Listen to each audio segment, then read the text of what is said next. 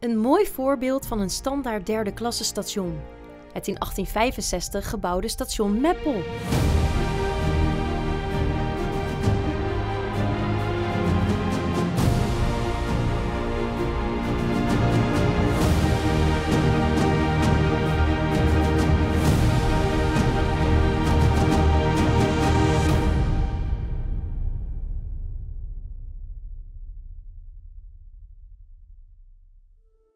Station Meppel werd geopend op 1 oktober 1867 en was een cruciaal onderdeel van de spoorlijn tussen Zwolle en Leeuwarden, die op hetzelfde moment werd aangelegd. Dit station was nodig omdat Meppel zich ontwikkelde tot een belangrijk knooppunt voor de regio Drenthe en delen van Overijssel. De komst van de spoorlijn en het station betekenden een enorme stimulans voor de economische ontwikkeling, vooral vanwege de betere transportmogelijkheden voor landbouwproducten en andere goederen. Daarnaast werd het reizen voor de inwoners aanzienlijk vergemakkelijkt. Specifiek Meppel kreeg een station omdat het al een regionaal handelscentrum was met een strategische ligging aan vaarwegen, wat het tot een logische keuze maakte voor de uitbreiding van het spoorwegnetwerk in Noord-Nederland. In 1870 kwam ook de verbinding Meppel-Groningen gereed, waarmee zowel Drenthe, Groningen als Friesland via Meppel met Zwolle waren verbonden. Sindsdien zijn deze verbindingen de belangrijkste schakels geweest in het treinverkeer van en naar het noorden van Nederland, maar ook een knelpunt. Het stationsgebouw zelf is een prachtig voorbeeld van de typisch 19e-eeuwse spoorwegarchitectuur. Ontworpen in een eenvoudige functionele stijl kenmerkt het gebouw zich door zijn symmetrische opzet met hoog middendeel en 2 vleugels. Het oorspronkelijke stationsgebouw bestond uit een stationshal, wachtkamers voor verschillende klassen, een telegraafkantoor en diverse dienstvertrekken voor het spoorwegpersoneel. Meppel kreeg een derde klasse stationsgebouw, wat betekende dat het qua grootte en voorzieningen paste bij de verwachte passagiersaantallen en de rol van het station binnen het spoorwegnetwerk. Deze klasseindeling was typerend voor die tijd, waarbij eerste en tweede klasse gebouwen in grotere steden en drukke knooppunten werden geplaatst, terwijl derde klas gebouwen, zoals dat van Meppel, adequaat voldeden aan de behoeften van kleinere, maar belangrijke regionale centra. De komst van het station stimuleerde de stedelijke ontwikkeling van het zuidoostelijke deel van de stad tussen 1866 en 1920. Het station en de omgeving kregen een statige uitstraling met een stationsplein en een plantsoen. De verbinding met het oude stadscentrum werd via de Stationsweg gerealiseerd, een statige laan met bomen die werd bebouwd met voorname villa's. Het station trok de upper class aan en leidde tot de bouw van stedelijke voorzieningen zoals een chic koffiehuis, een schouwburg, een hotel-restaurant en een wandelpark ontworpen door Leonard Springer.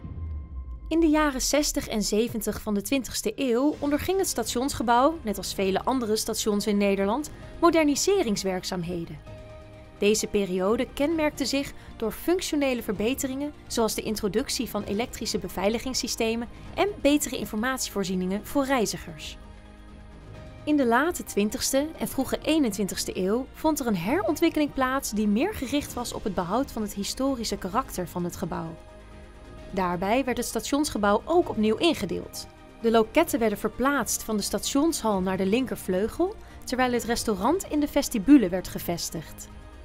In 2003 werden de loketten gesloten, waardoor je treinkaartjes in het restaurant moest kopen. Een gekke situatie. Tegenwoordig is ook het restaurant gesloten en zit er in de linkervleugel een stationshuiskamer. In het middendeel zit tegenwoordig een hypotheekverstrekker en de rechtervleugel staat leeg. Wat zou jij met zo'n vleugel willen doen? Laat het even weten in de reacties.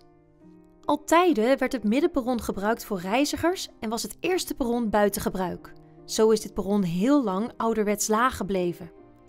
Maar door de toenemende drukte is ook dit perron in 2013 weer in gebruik genomen. Hiervoor moest het perron wel verhoogd worden tot de hoogte van de treinen van nu, wat weer problemen opleverde met de pilaren van de monumentale stationsoverkapping. Daar zijn nu kokers omheen geplaatst met een glazen plaat, zodat ze zichtbaar blijven. Daarnaast werd de stationsomgeving gemoderniseerd om de toegankelijkheid en de verbinding met andere vormen van openbaar vervoer te verbeteren. Dit omvatte de aanleg van betere parkeervoorzieningen, fietsstallingen en busperrons. Deze veranderingen hebben ervoor gezorgd dat het stationsgebouw van Meppel zijn historische charme heeft behouden, terwijl het tegelijkertijd voldoet aan de moderne behoeften van reizigers. Toen het station in 1867 werd geopend, reden er treinen van de Staatsspoorwegen van en naar dit station. Toen zij in 1939 fuseerde met de Hollandse IJzeren Spoorwegmaatschappij, werd dit de Nederlandse Spoorwegen. En zij rijden er nog steeds. Het station maakte ook de dagelijkse reis naar grotere steden, zoals Zwolle, mogelijk, wat leidde tot een toename van het aantal forensen en de ontwikkeling van Meppel als woonstad voor mensen die elders werkten. Bovendien werd Meppel een belangrijk distributiecentrum voor omliggende dorpen, wat de lokale handel een boost gaf. Het station speelde een cruciale rol in de stedelijke ontwikkeling en economische bloei van Meppel. Tegenwoordig wordt station Meppel gezien als een knelpunt in het spoorverkeer vanwege de drukte en beperkte ruimte. Het ligt op een belangrijk punt waar de spoorlijnen van Zwolle naar Groningen en Leeuwarden samenkomen.